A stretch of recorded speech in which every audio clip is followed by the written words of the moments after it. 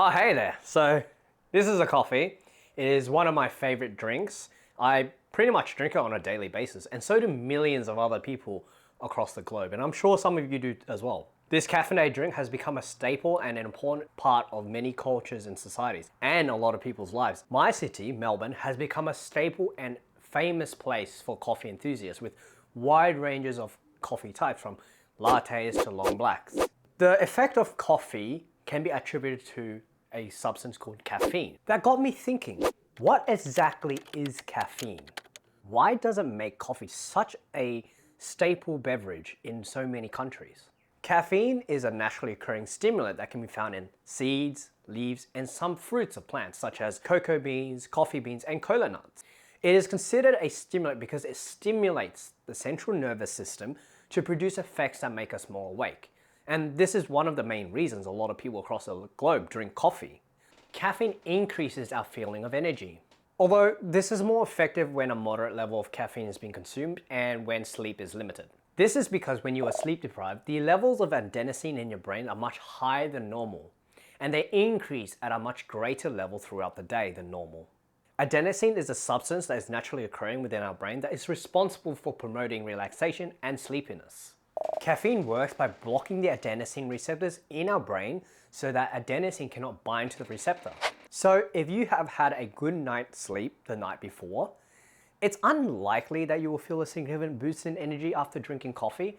And this is because there would be less adenosine bound to the receptor and therefore less adenosine to be blocked by caffeine. I've personally experienced this myself, and I'm sure some of you have, where I would sleep for 5 to 6 hours and take a shot of coffee, and for some reason I feel much more energized, but it isn't necessarily the case when I have had 7 to 8 hours or even 9 hours of sleep. Caffeine has also been found to increase our mental focus. Have you ever found yourself working on something and you're distracted and you can't focus properly? But after you've had your daily shot of coffee, whether that's a latte, mocha, or if you're those kind of people, a short or long black, you seemed more focused and attentive to the task that you're doing. I personally have, although that usually occurs in the evening or afternoon anyways. This is also probably because that in the afternoon and evening, the adenosine levels in our brains have already increased to the level much higher than in the morning. So just like the effect for energy, there is more adenosine to be blocked from binding to its receptor by caffeine, allowing us to have a greater boost in our focus. The adenosine receptors in our brains, when activated, also interact with neurotransmitters such as with dopamine and noradrenaline, and it inhibits the activity of these neurotransmitters. Dopamine and noradrenaline play major roles in our cognitive function and motor coordination. So because caffeine blocks the ability of adenosine to bind to its receptor, there is a reduction in the inhibition of the noradrenaline and dopamine pathway. So there is more of these neurotransmitters available and therefore an increase in our cognitive function, which probably plays a role in our mental focus as well. Scientists have even tested the effects of caffeine on US Navy SEALs, the top of the top, who have had 72 hours of sleep restriction. These US Navy SEALs had a reduction in choice reaction time, meaning they reacted a lot quicker. They had better motor learning and better memory after taking caffeine pills. And this was a dose-dependent effect, meaning the higher the dose of caffeine, the greater the improvement. What I found out through personal experience as well is that when I've had less than 6 hours of sleep, my mood is, let's say, grumpy. And this probably happens to a lot of people like yourselves. But after I've had my cup of latte for the day, my mood seems to improve. This is probably due to the fact that caffeine has been found to indirectly enhance the dopamine pathway. Now, dopamine also plays a major role in regulating our mood. It was once thought that caffeine enhances the dopamine pathway by increasing the amount of dopamine neurotransmitters being released. The science behind this is still in debate. More recent studies have shown that caffeine actually increases the amount of dopamine receptors available for binding.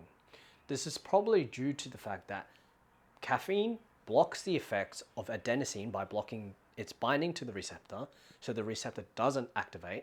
So due to all the effects I've talked about, coffee and caffeine containing beverages have become a staple in everyday life, not just for the anti-drowsiness effect, but also for the taste. From a first date idea to setting up meetings to discuss business ideas. But just like everything else that we consume and use, there are negatives. Even with the anti-drowsiness effect that coffee and caffeine-containing beverages have on us, it can also interrupt the quality of sleep that we get. Caffeine has a half-life of 4 to 5 hours. So let's say if it was 2 p.m. and you had a caffeine-containing beverage, by the time it reaches 7 or 8 p.m., only half of the caffeine that you've ingested would be excreted from your body, therefore leaving the other 50% to potentially interrupt with the quality of sleep that you get. To be safe, I would say it's best not to consume any caffeine-containing beverages in the late afternoon and especially in the evening unless you absolutely have to. One other thing that caffeine can do is that it can increase the amount of anxiety that one experiences, at least in some people. Some studies have suggested that caffeine can enhance the release of cortisol, which is also known as the stress hormone, and adrenaline, which then acts to stimulate the fight or flight response. Studies have also found that caffeine has an effect on the amygdala, which is a small almond-shaped structure deep within the temporal lobe of our brain, and it plays a major role in regulating our emotions and motivation. It works by receiving inputs from our external environments through sensory systems, such as what we see and what we hear. So it is potentially possible that caffeine enhances the input that the amygdala receives, therefore potentially enhancing the feeling of anxiety through external factors. I personally have never felt any anxiety effect after consuming my latte or caffeine-containing beverages. This could be potentially due to the fact that there is possibly a genetic factor that plays a role. So just like everything else we use on a daily basis, caffeine consumption has its pros and cons. Now you may be asking, well, how much is safe then? It depends on various factors such as your age, your gender, your weight, and your general health. But according to the TGA and the FDA, no more than 400 milligrams should be consumed in any given day, and no more than 100 milligrams should be consumed in any given 3-hour time period. Now, this is also dependent on the individual, as some people are more tolerant to coffee than others. So it is probably best to try out a little bit to see how much you need to function properly without going overboard. As always, we are the ones that wonder, so keep wondering and keep learning.